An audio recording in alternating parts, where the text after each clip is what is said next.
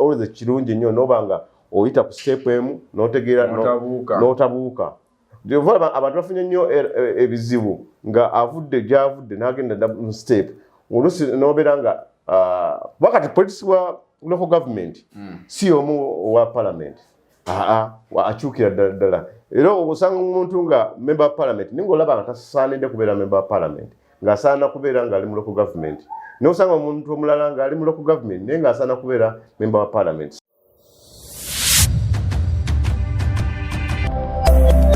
Eno ye Magala TV, okumanya we kutandikira.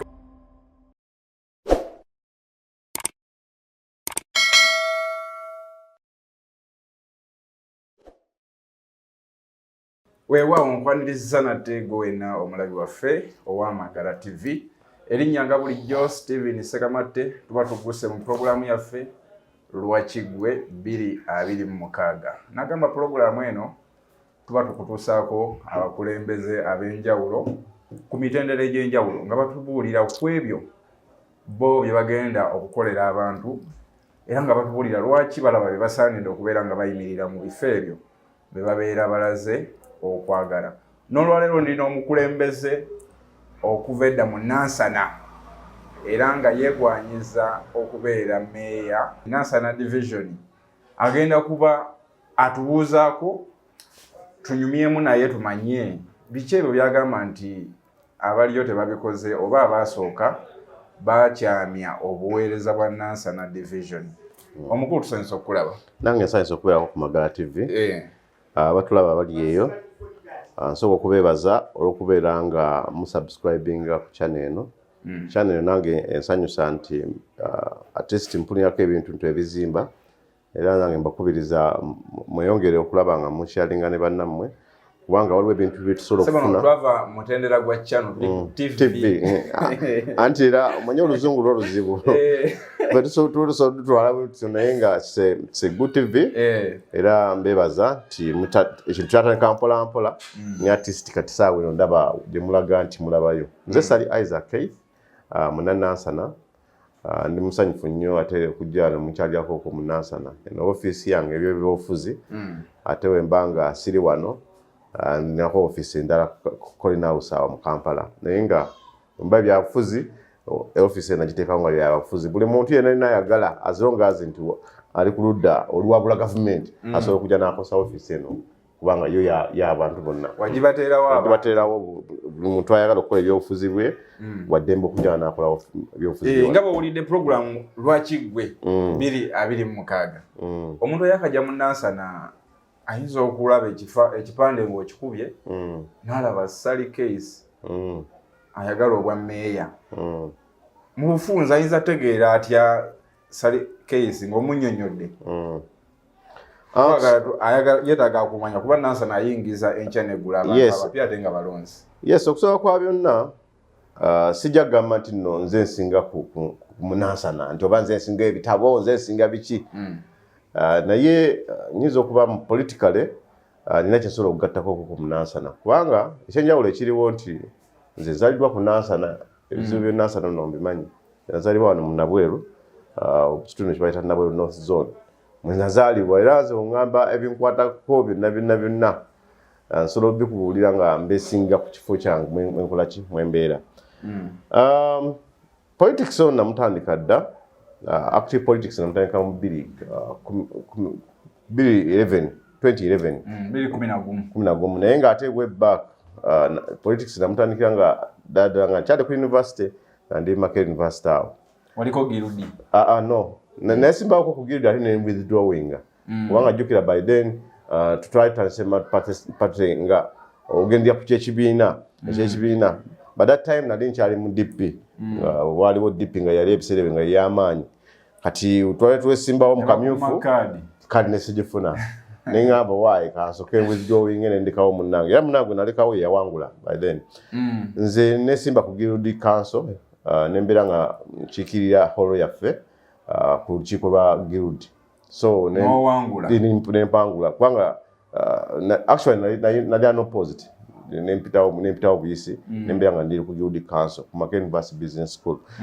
2021 awo nenzija mu active politics ng'ekyali Nansana Town Council nempangula mu kifo kino mu kitundu kino ekya Nabwero North era natuuka ku Town Council ate ne mbafuula Secretary wa Finance embeera nga zentwala ebyensimbi mu Nansana ate mu 2016 era nesimba nga tufunye municipality era nesima nempangula era nentuka ku municipality ne bafuula era Secretary wa Finance ate era ne bafuula Deputy Mayor actually nse nali Deputy Mayor sooka wa Nansana municipality. Yes. Obadde Deputy Mayor. Kitegeeza Nansana ogitegeera kati? No, ngitegeera n'oba ogamba kyalo ku kyalo kubanga by that time yali mukama wange mukyala Bakitte almost emirimu gye gisinga nze nali nga ngikola nga ye akola nnyo office work ate nga nze nkola nnyo field work era ojja kwesanga nti ebiseera ebisinga bwabangawo ba invitation oba ki nezitambula zinatuukangayo kitegeeza nti municipality eno ngimanyi yonna owaawo sigenda kwesiba ku municipality naye nga ngimanyi nsobola okugamba nti ebizibu bya wano bye bino ebizibu bya wano lwaki tewaze ku ntebe eri ennene? No, politics is all about stages. Nze when believing mbadde manyi yes singa nesimbe ku municipality naye badde nsobola era okuwahula naye nze politics wange I believe nti no omuntu agenda mu steps ndi waawo nti no osobola okubeera ng'okoze obuganzi oba ki n'okubeera nti abantu bakutegeera naye kiba always kirungi nnyo n'oba nga oyita ku step emu n'otegeera n'otabuuka abantu bafunye nnyo ebizibu nga avudde gy'avudde n'agenda mu step oluusi n'obeera nga wakati politics wa local government si omu owa parliament akyukira ddala era osanga omuntu nga member of parliament ninga olaba nga tasaanidde kubeera member of parliament ng'asaana kubeera ng'ali mu local government n'osanga omuntu omulala ng'ali mu local government naye ng'asaana kubeera member wa parliament so ebintu bino bikyukamuuko nti obuweereza si bwe bumu nti member of parliament kino bannabyabufuzi abasinga tebakimanyi yes naye nga bo era abalonzi beetaaga okubeera abeegendereza ennyo ku bantu be balonda bannabyabufuzi ebiseera ebisinga beesimba ku bifo nga beesinga ku sente kikizayina oluusi omuntu n'akuba kidiru kye n'afuna millioni ze 5 n'agamba eno parliament ngikoze ki ngimaze n'atuuka mu parliament n'avumbeera tunuulira ababaka ba parliament otunuulira mubaka wa parliament nga tomuwulirakoko ng'ate kigambo wadde neki naye ate mu local government omuntu asobola okubeera nga akola ebintu oluusi eby'oku kyalo kubanga jjukira nti no meya oba kansala ebintu byakola akola nga abeesinga oluusi ku taxpayers money nti ebintu taxpayers money eziba zizze kyaba akola kyennyini kyaba alina okubeera ng'akola ki nolwekyo ndowooza politics ono akyukamuuko si kyekimu naye bannayuganda bo oli basobola okugamba nti ago babonyumira essuuti osaana oba member of parliament naye in actual sense mutuufu nga tasaana kubeera tunuulira mu house yaffe gye tulina eya Uganda otunuulira ababaka tulina 5 24 naye ng'otunuulira ababaka ba parliament abasaana kubeera house eyo no meya tetwagala kugendayo olwaleero kubanga programu eyo bale njezako kibumba kugwe omuntu ali ayagala amanye tagala kusooka kumanya yes mbadde nkuwa preamble kati mbadde nkamalizaako awo nti mubaka betulina 524 ojjagala kwesanga nti ababaka abasaana okubeera mu house tebawera ddende 10 nolwekyo ndowooza tukole ebintu nga tubeesinga kikyosobola nolwekyo nga nsikomyewo wano amazima go gali nti nze mpulira Nansana division ngisobola bulungi nnyo nti ngimanyi nsobola okugamba nti wano mu Kafunda ebizibu byabwe byabano bye bino abantu be Lugoba ebizibu byabwe bino otunuulira eri Kagere byabwe bino kugamba ngasobola okubikola nga mbeesinga ku kikyesobola mu Nansana division n'okutuuka ofuna ekinyegenyege nti ojja oweereze abantu ba Nansana bizibu ki ebyo by'olaba nga byo byafuuka bya lubeerera biremeddemu ng'ogamba singa banaakwesiga ne bakuwa obukulembeze obakiikirire ku division nga meya waabwe sijja gamba nti nno abadde oluusi bali mukulembeze nti balina kyebakoze ekyo mba nnimba waliwo ebintu era bye bakozeeko ng'ebyabwe naye gamazima gali nti Nansana nga division tulina omusolo mungi okuva mu division eno naye otunuulira abantu basobola okubuuza omusolo gwabwe gukola ki naye nga otunuulira nti sente zaabwe zibasolooza against actual things bye bakola ebikolebwa mu sente ezo olaba nga tebitaalinga. Kati nze kyenjagala njala kujjawo that gap okulaba nti taxpayer asobola okufiiringa sente kizasasula. Amazima gali nti abantu balina mentality y'obutagala kusasula musolo. Si lwakubeera nti nno olusi tebasobola. Naye omuntu omu asobola okubuuza nti nsasula omusolo naye guggula ki? Kati nze njala nnyo okulaba nga okusooka nga nkola kibayita barazas.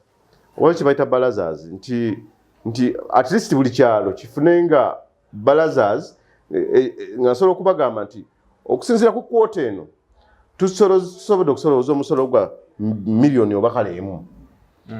Kati miliyoni emu era tugenda kukolamu kino. Naddala okusingira ddala kusente za property rate. Kubanga etteeka lya property rate lyo at least osobola okulaba nga ng'omukulembeze okulaba nga sente za property rate zo ziddayo mu bantu. Kubanga zo zirina kudda mu bantu. Gino emisolo emirala gisobola okuba nga gigenda mu center. Kubanga jjukira waliwo etteeka baafulumya waliwo ssatula empya yali ya Minister of Finance. Yagamba nti sente zijja collectingibwanga zigendenga ku center ate mu zirequestinga zikolole ki ziddeyo. Naye ate property rate ate yiwanjawulo. Ndi sente za property rate musobola okuzikozesa basing obwa gye zikola ki gye ziva. Kati abakulembeze abamu ne begasse nnyo ne ba technicals okulaba nga balimbibwa okulaba nga sente zikolebwa mu bintu ate bitasaana oluusi. Nja kuwa ekyokulabirako bwe tunuulira Nansana municipality eno property rate of sente mungi nnyo naye kyebakola aba technicals balimba oluusi ba LCs ne bagamba nange twagala muteekeko omukono sente zino tuzikozese kino.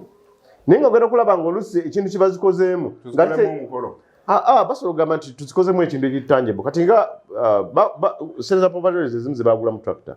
Naye kati tractor gye baakozesa ogenda okwesanga mu bitundu ebimu nga tebayambye.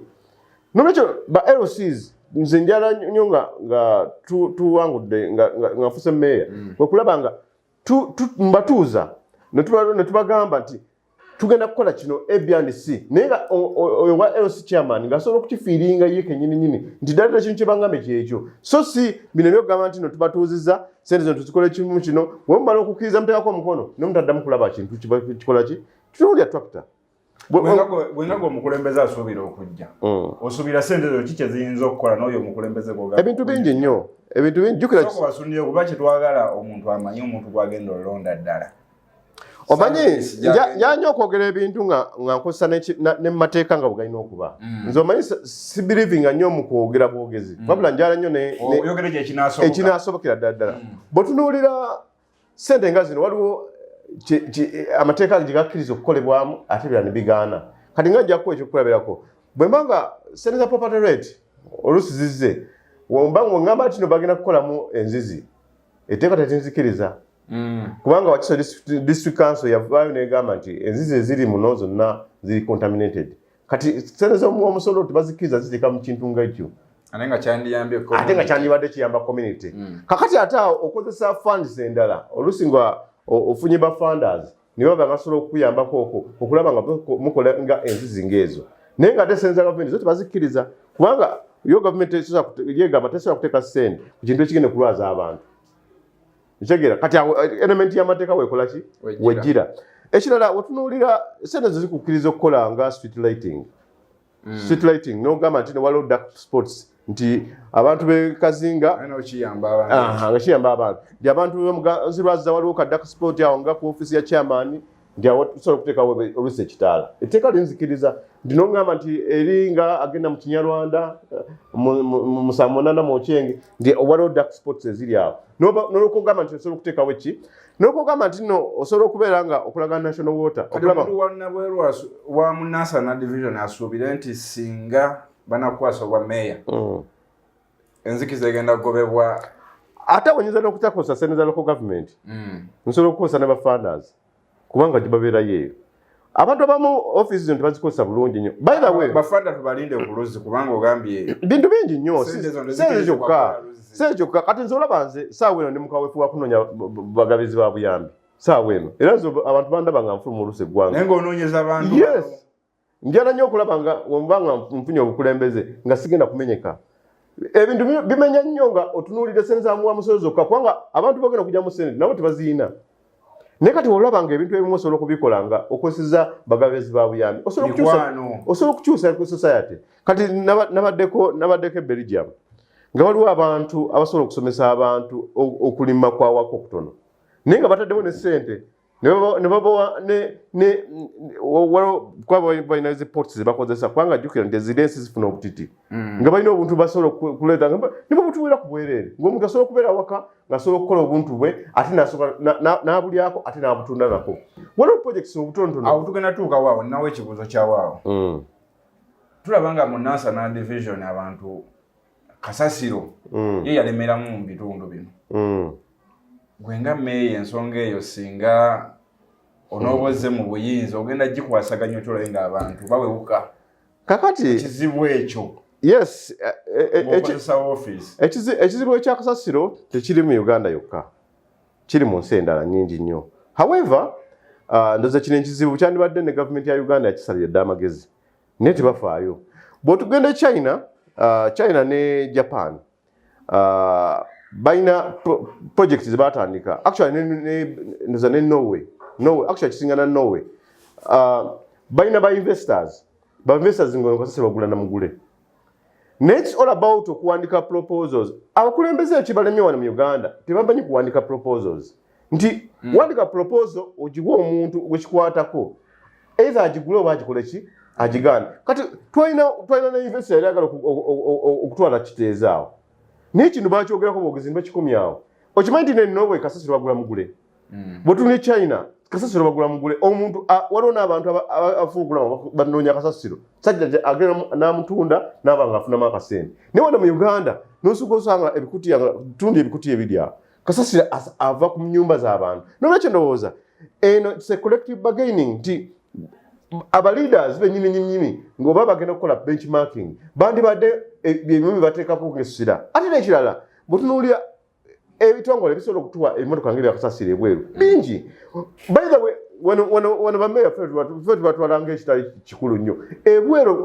omuntu wabeerawo bezikansala azitowa nnyo naye abantu bakozesa ofiisi zaabwe abantu bagenda ey'obweru olusi okukola benchmarking bekuba efaananyi nga bali ku beach ekizibu kye tulina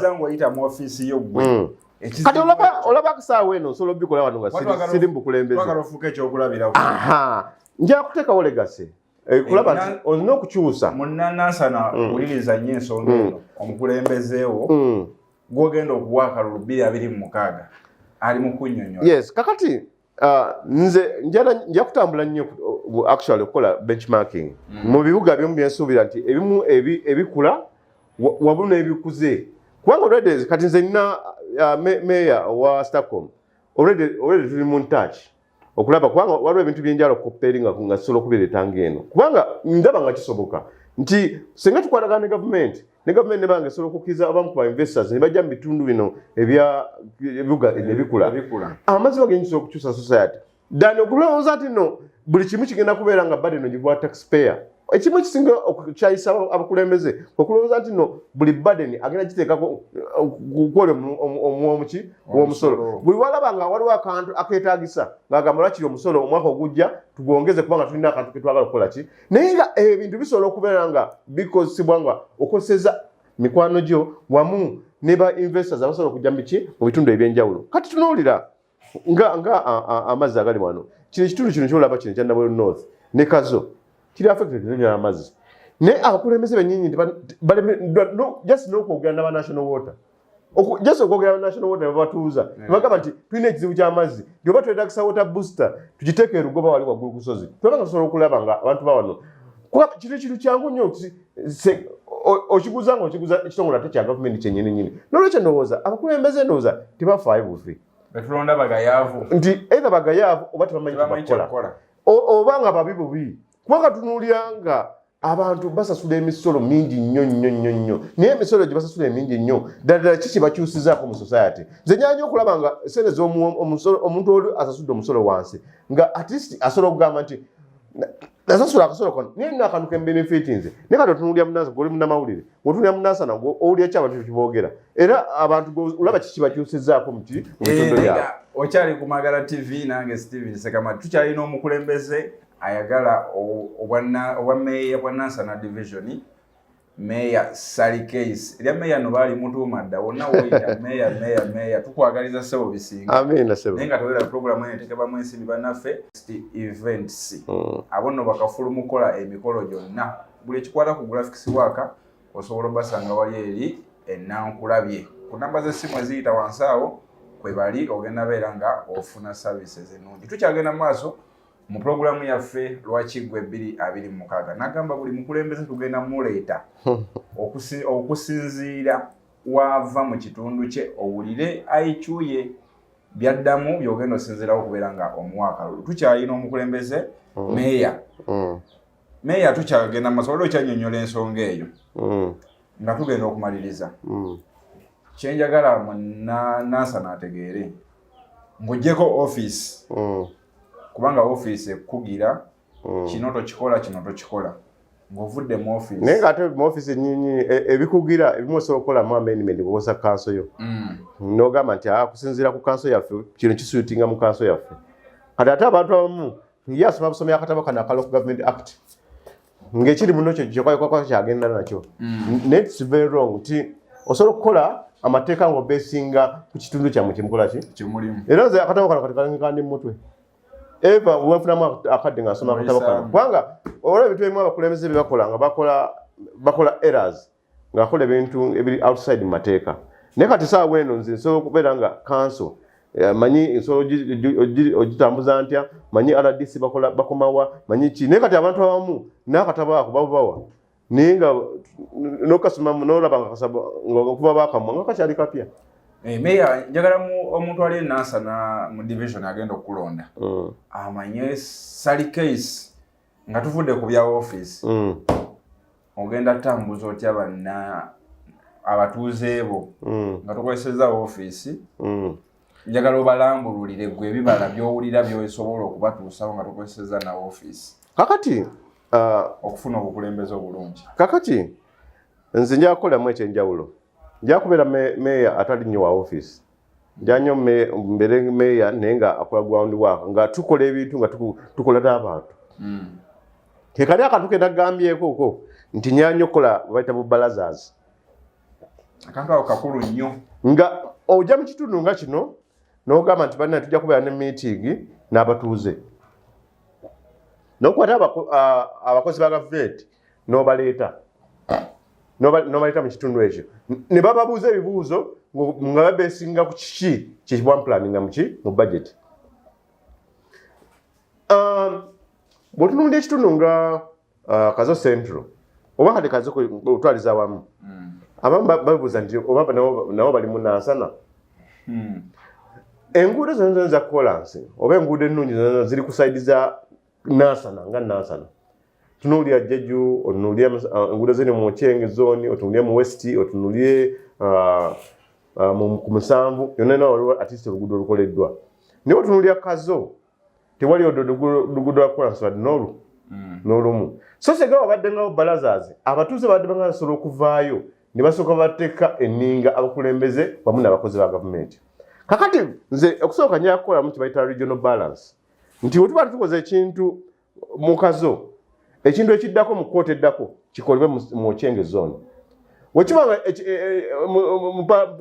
mu gundi kibadde mu east ate si west naye eddemu efune ddani okulowooza nti n'ebintu ebimu bikolebwa mu sayidi emu byetukabate gavumenti ya Uganda nti gavumenti ya Uganda tugamba nti ebintu ebisinga byonna n'ebisinga bikoleddwa west so wetunaba nga tukoze balance nga tukozesa abatuuze bennyini nga tukolewo okusika muguwa amazima genyi tusobola okutambuza Nansa n'eno. Ekirala tubeere nga tukozesaamu ne ku ba investors baffe abali mu bitundu byaffe muno wali tulina ba investors naye abantu abakulembeze tebabakozesezza nga basobola okuyambako. Nze nali nga nkyali kansala w'ekitundu kino nina ba investors benakozesanga muno actually enguudo zamu enguudo ezasinga okukolebwa nga bitundu ebiseera ebyo zezasinga okukolebwa kubanga nali nga nkolagana nnyo n'abantu abalinga muno mu bitundu nga bino.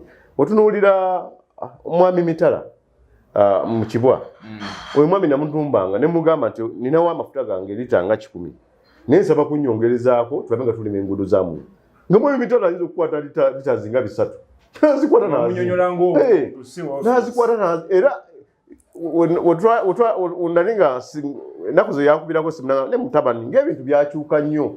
Ebintu twalinga olaba ng'enguudo zaffe zikolebwa nga nkubira essimu nga sebokawe naye ng'ebintu byakyuka. Kati singa abakulembeze banoonya ba investors abali mu bitundu bino mwebali naye engeri gy'okuba approachingamu nabo beetaaga service balina busobozi bwa zikola nga tunuulya abarichi abo otunuulya abamahadi abo basobola okukwata sente ne bazikola ki ne bazikuwa as long as bawadde accountability esinga okuluma nti abakulembeze tulonda abakulembeze first of all nga baavu nnyo it's a problem okwogeddeako yes ekyo njanyo njogere abantu bakitegeera abanoonyi musaala nga anoonye kuwa waafunira n'olukulaba kansala nga tava ku kanso buli lunaku tava ku kanso kanso tetula buli lunaku kikyokola ku kanso olina kubeera nga mu kanso ogendayo mu ssaawa za komiti ssaawa za monitoring ssaawa za kanso naye bwe n'olukulaba kansala ng'asiiba mu ofiisi ya muwanika n'olukulaba kansala ng'asiiba mu ofiisi ng'asiibawo ng'atudde okola ddi alingiza musaala obaguze okitegeera kati buli bwabanga afunye akantu kasobola okubba akabba kubanga mwavu nnyo omulimu gwa kansala si mulimu omulimu gwa kansala buweereza naye osanga kansala nga osobola omubuuza okola mulimu ki ntasobola kukubuulira afakitiibwa kansala kati yensobola kyolaba nga olusi bakola ebintu ebisubstantial nti nibo bana bakoze akaguudo ngaako oba nakakola nga tekaise bulungi nnyo ajja kulaba bulabi emuwanika oba inginiya nzize empayo kyompadde kati wesanga nti ebintu ebulusi bakola nga lusi omuloozi oli asembayo wansi oba muwa omusolo yafiirwa nolwekyo nze kyesobola okugamba nti kansa yange ejja kubeera nga first of all ng'ebintu bikola n'abatuuze baffe nga bakansalazi nga obateekamu enninga n'olika omubuuza nti ekitundu kyo kifunye eki kubanga otunuulya bakansalazi oba bakansala nga ava mu kanso n'abeera mu kanso ebbanga lyonna nga tateesa kuteesa ng'osobola n'omubuuza nti lwaki toteesa ekizibu kyo kyolina kyeki lwaki oba olemeddde okuteesa mu kanso lwaki toteesiza mu komiti kati n'olwekyo ndowooza nze nja kukozesa nnyo ba investors okulaba nga tubanoonya nja kukozesa ne gavumenti nja gikozesa kubanga yetwala sente z'abatuuze baffe tujja kukozesa nnyo abantu ne balokozi baffe bennyininyini ng'osobola n'okubanyonya n'ebintu babiganye kikolwa ekyalo obabuuli ensonga lwaki ebintu biganye naye kati otunuulya bakansalazi n'otugenda mu kitundu nga n'abatuuze tebamanyi kansala waabwe naye nga teeka abatuuze basuubire okubateerawo embeera ku nsonga y'emisolo bingi nnyo kubanga etteeka terigamba nti omuntu alina okusasula omusolo 100%. Essiika si weerigamba nti nga olaba property rate bayinza okugamba nti omuntu ayinza okusasula okuva ku 0 paka ku 12%. Naye kati abantu bo bagamba nti bakansala bamwe bateesa bwe tuti ne bakansala bennyini basobola okukola amendment okulaba nga bakendeeza ku misolo ekisasulwa abantu kubanga sino tuteeka nti omuntu alina okusasula omusolo to the climax. Ate era nze nnyo okulaba nga omuntu asasudde omusolo ng'asobola n'okubanja omusolo gw'asasudde nti nsasudde sente zange bwezi naye sente zange zino zikoze eki n'okusomesa abantu emisolo okulaba nga basobola okubagalisa emisolo kubanga abantu bangi nnyo baagala okusasula emisolo naye agala kutegeera nti osasudde omusolo naye outcome y'okusasula omusolo eri ki. Okay, ndowooza munnanansana otegedde omukulembeze wo nga tumaliriza ennaku zino tuwulira abantu balina ebika bye beddira gova mu kika ki? Ndi musajja wa nkima. Ekika kino ntegera gy'olaga naye nze ndi musajja wa nkima ate ndi musajja ava mu National Unity Platform kyekibiina kyange. National Unity Platform mugenda okuyitira? Yes, ekibiina kyenzikiririzaamu kubanga gwe mulembe gwaffe ye generation yaffe kubanga ontunuulya Bobi Wine ayinza okuba nga either twenkana oba nga asingawo katono kati ndozi gwe mulembe gwa sobola kulaba nga ate oddo wagira abantu bolaba nga tebalina gye balaga kati nze ndaba ye mukulembeze wange ng'alina gy'alaga. Obugambo bubiri obusembayo eri abatuuze b'e Nansana. Okusooka nga tugenda mu kalulu kano njasooke ngambe gavumenti nti tetuli mu lutalo bwe tunuulira kino kitwabaddemu ekawempe twabadde ng'abali mu lutalo naye tugamba nti akalulu 2026 tusaba tuleme kubeera ng'abali mu lutalo. Omuntu oba olaba nti n'abantu mutuufu tebakwagala kakkana kubanga waliwo abantu abamu ng'omuntu bayinza omusibako obusibi omuntu okulaba nga balina omwagala lwampaka sinonte maaso bayisobola omwagala wenzira ku batuuze baffe this time round tulonde ku bantu boolaba nga asobola okugattako ku kitundu kyo tuleme okulonda bino abantu betubadde nga tulonda nti tulonda omuntu olwo mwana azaalibwa wa muzeeyi zaavuga nti mwana wa muzeeyi zaavuga sooka otunule ladde omwana oyo mumanyi ddala alina kintu kyasobola okukyusa ku kyalo ekirala nti alimu ekyobukulembeze ekirala nti otunuulira abantu bayita mu bumyufu n'abantu abalonda obumyufu tulonde nga tulaba ddala muntu asobola okutugattako ate era n'abakulembeze abagenda okwesimbawo soka otunuulira nti oli economic worth ki abakulembeze abasinga bajja okwesimbawo nga anoonya mulimu tuleme kubeera nga tunoonya mulimu tuze nga tuze kuweereza tunabajja nga tuze kuweereza tujja kukyusako bitundu byaffe n'okwagala ebitundu byaffe n'okuwa respect ba taxpayers abo kubanga taxpayer otamuwa respect jjukiramu olunaku nti akusimbira ino okuva ku makya najja kusaawa emu n'akulonda n'abeerawo paka akalulu bakalonda omuntu wena omuwa respect abantu abamu obamala omulonda afuuka ekizibu n'afuuka ekizibu ku kyalo tutuli abakulembeze bangi nnyo bafuusa ekizibu nga tagambwako nga nowaba nga waliwo omuntu ekintu kyasobola kwagala omugamba tosobola kimugamba n'olwekyo neebaza seba bamagala olw'okujja okunkyalirako okwo mwebale nnyo mwebale ddala Okay, weto program bwebadde Lwakigwe 2026 omukulu tujja mugumyawo booliawo nga maze okufuna endagamuntu okuva mu kibiina kya National Unity Platform aberenga atubuulira kati olutabaalo kyengakasa mpozi nga waliwo ki actually omuntu atayagala ssali abeera ng'ava mu nansana muno aba mulabe wa nansana kyensobola okugamba omuntu nga toyagala ssali nga tasiima byokola sokola oyo aba mulabe nawa nansana nambeemu era omuntu oyo aba yeetaaga n'okubulizibwako gamba nti gwe twateekayo sagala kukomentinga ku bantu ngaabo kubanga bakozeko kye basobola okukola naye nze kyensobola okugamba nti saawa eno abantu baninze bulinzi okay mubeere bulungi sigadde nze Steven Sekamati